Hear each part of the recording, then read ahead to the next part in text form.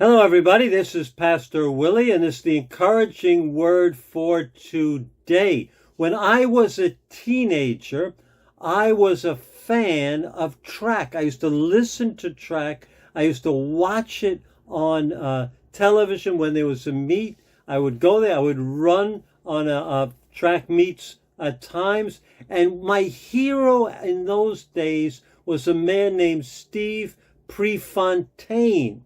When he was 21 years old, he finished fourth place. He represented the United States, finished fourth place in the 1972 Olympic Games in the 5,000 meter race at the age of 21.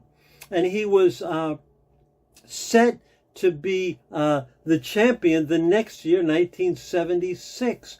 But unfortunately, he died 1 year before in a tragic car accident. He was one of the elite runners of his time. He went to school in Oregon, used to run against Jim Ryan from Kansas, and I think Kipchoge Kenya was in there somewhere, different Kenyans, and it was always an amazing race to watch those college track meets, and I used to watch them all the time. And the reason Steve Prefontaine was so well known is because he ran from his heart. He ran from his heart. And I looked up a few quotes, and I remember these quotes. He used to say, "Someone may beat me, but they are going to have to bleed to do it." He also said, I'm going to work so hard that it's a pure guts race at the end.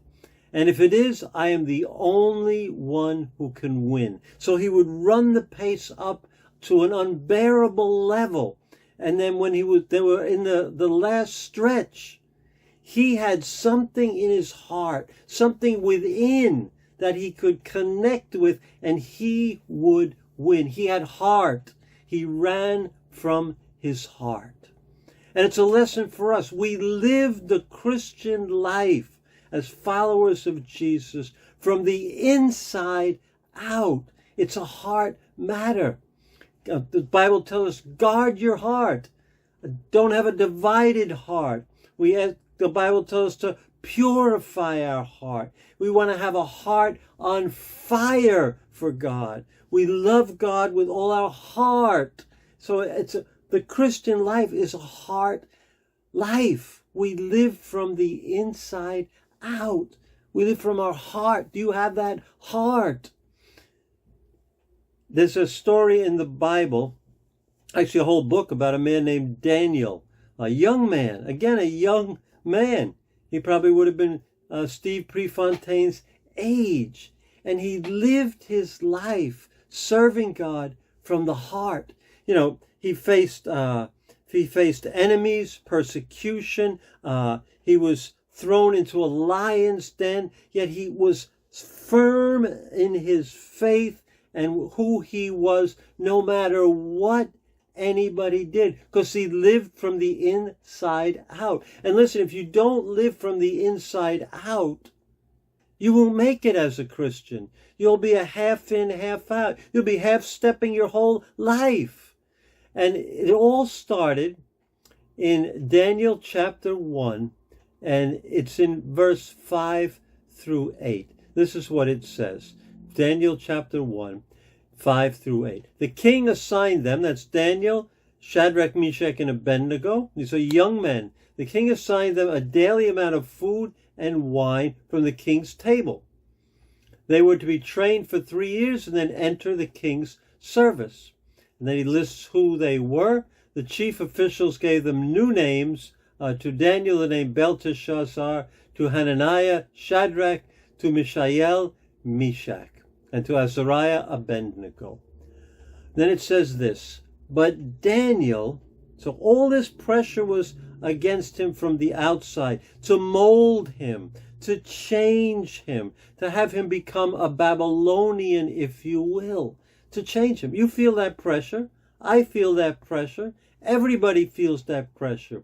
Then in verse 8 it says, but Daniel resolved not to defile himself with the royal food and wine. He resolved. Where did he resolve? In his heart. He made a heart decision.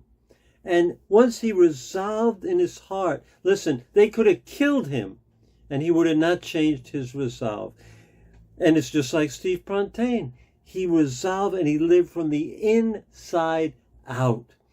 Daniel and his three friends, Shadrach, Meshach, and Abednego, lived from the inside out. And that is the secret to a victorious Christian life. Living from the inside out. Resolving in your heart that no matter what happens, I will serve the Lord.